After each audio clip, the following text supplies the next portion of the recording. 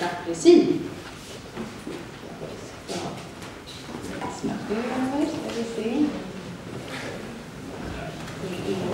Bildspel. Torbjörn Andersson och Per Nordling, och det är bara som kommer överens om hur ni lägger upp det här. Perfekt. Torbjörn börjar. Varsågod Torbjörn. Berätta om det precis. Så mycket. Torbjörn Andersson heter jag. Grundade den precis som en av två medgrundare 2003. Jag har vikt mitt liv åt det här bolaget. Jag har en hobby som jag har lantbrukare också. Jag driver växtodlingsföretag på slätten. Jag ska berätta lite om det här bolaget idag och de faser vi har varit igenom. Man kan säga att vi finns i 3 faser. Fas nummer 1 är att vi kör det här som ett litet bolag som gör det mesta. Fas nummer 2 är att vi tar in bank, allmän företagspartner. Och fas nummer 3 är att vi ytterligare äger med andra investorer. Och det här har ju varit en resa. Jag kan väl säga att den skönaste perioden var egentligen när vi var ett bolag som gjorde allting. Mellan 2003 till 2007. För att då vi hade kontroll på situationen och vi var där vi var. Men någonstans där 2007 då jag och min andra medgrundare vi började fundera på vad vill vi med vårt företagande. Och då säger vi så här att vi vill skapa ett internationellt bolag som ska kunna växa och bli riktigt stort. Nu mina damer och herrar, nu börjar den jobbiga fasen i vårt liv. 2007. Då väljer vi att göra det som man ska göra när man ska lyckas med sitt företagande. Vi väljer att fokusera. Vad betyder att fokusera om man har varit ett bolag som gör allt i allt? Det första man börjar med är att man säger hej då och goodbye till hälften av sina kunder som man har jobbat med. Ni passar inte längre i vårt kännerbyggnad. Det andra som vi fick göra det var att vi tyvärr fick halvera vår personal. Vi halverade vår omsättning, vi halverade vår personal. De frågade mig någon gång, vad är det tuffaste du har gjort? Det tuffaste jag har gjort det var att jag hade gjort det här, att våga hålla fast vid det som är vårt slutmål. Det vill säga att dra ner bolaget, fokusera på en sak som gör riktigt bra, hålla fast vid det för att sedan se ett bolag ha en bra plattform att gå vidare på. Det tycker jag vi har lyckats med. För 2007 då gör vi den här omstruktureringen. Vi tar in banken och andra företagspartner hjälper oss att finansiera det här. Kan väl knyta an till det som har varit diskussionen också. Som privat entreprenör så har man varit all in hela tiden. Det vill säga jag har ju personlig borgen på det mesta i bolaget. Jag har tecknat in min fastighet, snart min fru också. Även nu, fast vi har ett annat typer av finansiering då av bolaget. Men så är det. Och tittar vi då på första sliden, då är det här är Dapresi. Vi är ett bolag som tillhandahåller ett business intelligence-verktyg. Så vi är duktiga på att visualisera data. Har man mycket stora datamängder så läser man in det i vårt verktyg och så kan vi göra det förståeligt. Och vi har fokuserat riktigt mycket på att ha ett standardverktyg. Man erbjuder det som en tjänst. Så det betyder att man loggar in på internet, man köper tillgång till vårt verktyg och sen kan man börja jobba i verktyget. Så du behöver inte installera någonting på din dator och i princip betalar du pengar över en banktransaktion till oss. Så är det igång och kör. Så våra kunder gör alltså jobbet. Det gör också att vi har intäktsströmmar nu i företaget där 70% är licensintäkter. När jag säger licensintäkt så är de ofta återkommande. Så vi har gjort ungefär en gång, så förnyas den varje år. Och du behöver i princip inte lägga något arbete på att få in de här pengarna. Här är då 2 exempel på vad man kan göra med vårt verktyg. Här är för Köpenhamns flygplats. Vi visualiserar körmönster, beteendemönster hos flygpassagerare. Nästa. Och här tittar vi på hur Emirates Airlines jobbar med service på flyget.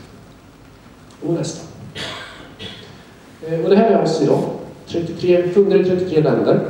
Vi har ett nyligen etablerat dotterbolag i USA. Vi har ett dotterbolag i Sarajevo också etablerat för några månader sedan. Sen kommer vi London och Frankfurt. Det som är lite kul här, det är den här omsättningstillväxten. 2011 då, efter att vi strukturerat om bolaget, då hade vi 11 miljoner. Och någonstans där vi då break-even, där vi 17. Att driva den här typen av bolag på en internationell marknad med produktutveckling, med att erbjuda träning och implementering, det kostar mer än 17 miljoner jag kommer fram till. Så är det bara. Efter 17 miljoner, då kan du omsätta 30 miljoner och fortfarande kostar 17. Sen måste du lägga till lite kostnader för att kunna omsätta mer. Men där är vi idag. Vi hade en tillväxt förra året där vi dubblade antalet kunder. Vi gjorde ett något positivt resultat. Vi kommer i år, eller vi håller i år tillväxten ungefär 60%. Vi tror att vi kommer hålla det de närmsta 5 åren. Ja. Och så här har vi då finansierat bolaget. Fram till 2011 så var det bank, andra företagspartner och vi som ägare. Sedan så såg vi att vi hade så pass bra erbjudande. Det var gångbart. Vi hade många kundcase, fina kunder som hade visat att det här är någonting att satsa på, det här är någonting att köpa på. Så har jag alltid resonerat. Ska man gå in nya ägare i ett företag, då måste man kunna vara stolt över det man har gjort och man måste kunna vara säker på att man kan stå fast vid det man lovar när man får nya pengar. Vi var jättesäkra på det här 20 år. Och då tar vi in dels styrvakten och Invest. Vi gör det för 2 anledningar. Det ena för att vi ville stärka kompetensen i styrelse och generella tillväxtfrågor. Och det andra var för att ta de här pengarna då som tillgängliggörs för att på allvar marknadsföra den här produkten internationellt. Ja. Och det här görs då på 24 månader. Så från att vara en liten nordisk aktör så dubblar vi kundbasen. Vi växer med tillväxt med positivt resultat. Och det som var jättekul nu sista tiden, det var att det här bolaget tror jag var så intressant. Så att vi lyckades attrahera en ny vd. Ja. Deras vd då går upp till det här, så ska vi bara ta nästa slide här. Jag kan göra det.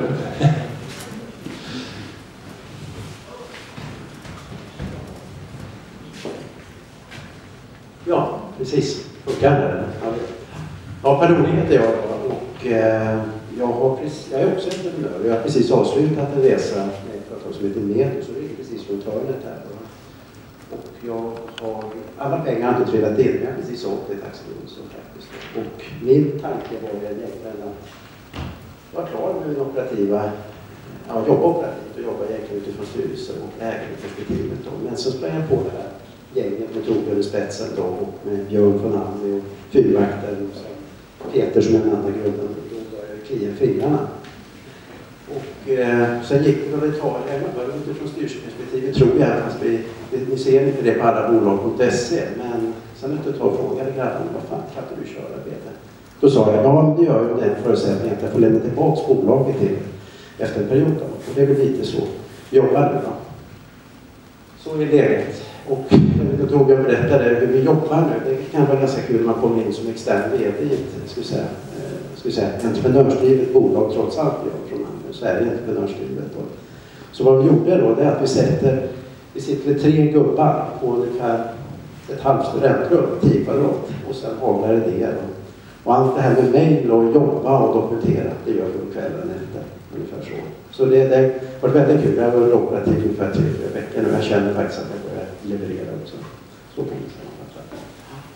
Och precis som Torbjörn sa så har jag skickat in lite pengar från jag har ett bolag som heter Pengnod och tanken med den då, det är just att jobba då som affärsägare och slänga in de här pengarna till sådana här intressanta projekt. Då.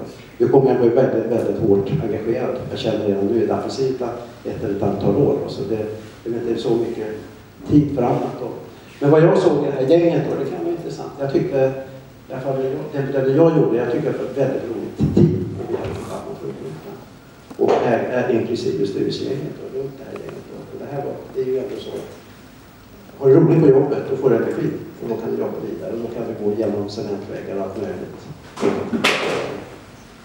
Sen tycker jag faktiskt att det är erbjudande bra. Vi ser ju vilka kunder som skickar upp. Det är Emirates och det är Nokia och det är Samsung och det är rejäla pjäser som kommer in.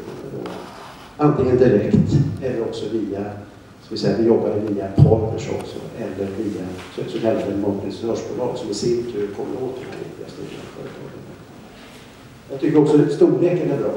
Alltså när jag var på Medel så var det ungefär någonstans mellan 200 och 250 i egna leden, så jobbade vi via partners, så det var väl 150 personer var det varje dag. Det som är roligt med den här typen av bolag är att man når alla anställda. Man kan lufsa runt där i Norrköping då, och sen har man ungefär på en halvtimme pratat igenom alla, och sen har vi då Rönnby bort i USA. Han är så på så han behöver inte ens uppsöka, för han uppsöker det själv om man inte ringer och så vidare. Sen tror jag också, alltså det här är ett intressant bolag, även fast de är ganska små. De har internationella ambitioner, har vi pratat om. Man ska tänka stort. Siktar man på solen så når man månen. Och det är precis vad det här gänget gör då. Man ställer om till den här cloud-modellen, vilket gör då att man kan nå ut väldigt snabbt ut i världen. Man kan få igång kunder. Man minimerar vad man kan med mjukvarubranschen för lokalisering. Man kommer åt Swahili till exempel. Det skulle man kunna dra igång egentligen imorgon. Man har tänkt på de här grejerna innan. Och sen som sagt, vad som är viktigt då, det är att man kan spara både företag och medier, och det är precis vad den här cloud-modellen tillåter. Sen har vi gjort lite personligt mål, det är att Axel Jonsson då, som jag såg det, hade krav på världstillväxt på 15% i genomsnitt, så har jag 20%. Och det här tror jag definitivt då. Vi ligger på en omsättningsökning på 60% redan nu i år. Om man växer 60% så kanske man har värdeökning på 15-30%, så det ser vi ganska bra ut. Okay. Men sen är det ju så här, och anledningen till tror jag att killarna frågar mig då, det är att vi står inför ett antal utmaningar. Men här tycker jag att Torbjörn har gjort ett fantastiskt jobb. Han kliver undan, han spelar in mig i organisationen både här och där. Och vad är det då för utmaningar vi står inför? Det ena är den kraftiga tillväxten. Här ska ju som sagt vara 60%, det är ganska mycket. Och vi håller just på att spesa den 3-åriga planen. Det är ungefär där det ligger då på de kommande 3 åren per år, kan man säga. Det vill säga vi bygger ett nytt princip varje år. Då. Och sen hur vi ska nå kunderna, det är inte via direktförsäljning och läkarkontor, men också via partner. Och det här är lite sneglande med att kombinera de här två säljkanalerna. Och det är också en utmaning. Och sen vill vi då att, det som Torbjörn brukar säga, han har ju gått arenskurserna, så det ska vara så jävla spetsigt så det är ont att ta på bolaget. Jag tycker det är väldigt bra uttalande faktiskt. Så vad vi gör nu, det är att vi säger att vi jobbar med business intelligence. Alltså vad det handlar om, det är att gräva fram statistik, presentera det på ett smart sätt och distribuera det i olika organisationer. Och då är ju killarna, de har sin ursprung i market research och Hermelin, många av dem, både Torbjörn och Peter. Och det gör egentligen att den här branschen kan de så jäkla bra. Jag brukar säga att sälja BI, det är 60% förstår kundens verksamhet, och det här förstår vi verkligen. Men marknaden är ganska liten här, vi har 2500, så då har vi sagt så här, nu ska vi först erövra världen genom att gå mot de här market research-bolagen globalt. Sen börjar vi successivt redan nu börja spåna om vad är nästa segment, och sen rullar vi upp här då. Och sen kanske om 5 år så har vi jobbar kanske 7 olika marknadssegment. Så är tänket då.